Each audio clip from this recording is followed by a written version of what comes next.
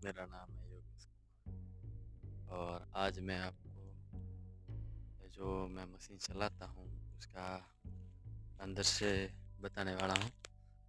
तो आप मेरे साथ जुड़े रहिए और देखें। ये जो आप मेरे पीछे देख रहे हो ये मेरी मशीन है तो मैं चलाता हूँ। और चलो आपको मैं अंदर से बताता हूँ। ये देखो जो मेरी मशीन है, आप एक बार पार से देख लो।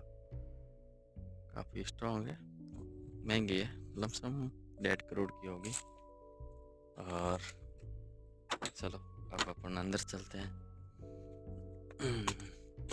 इसका अंदर से केबिन कैसे दिखता है ये मैं आपको बताता हूँ। ये देखो, ये है हमारी सीट और ये है हमारा म्यूजिक सिस्टम। ये एसी का सिस्टम, ये एसी वाले फैन, ये इसका मीटर है और अंदर से कुछ इस प्रकार दिखती है। और ये इसका साइड मिरर और इसका ये पीछे जो दिख रहा है वो इंजन, ये हाइड्रोलिक पंप।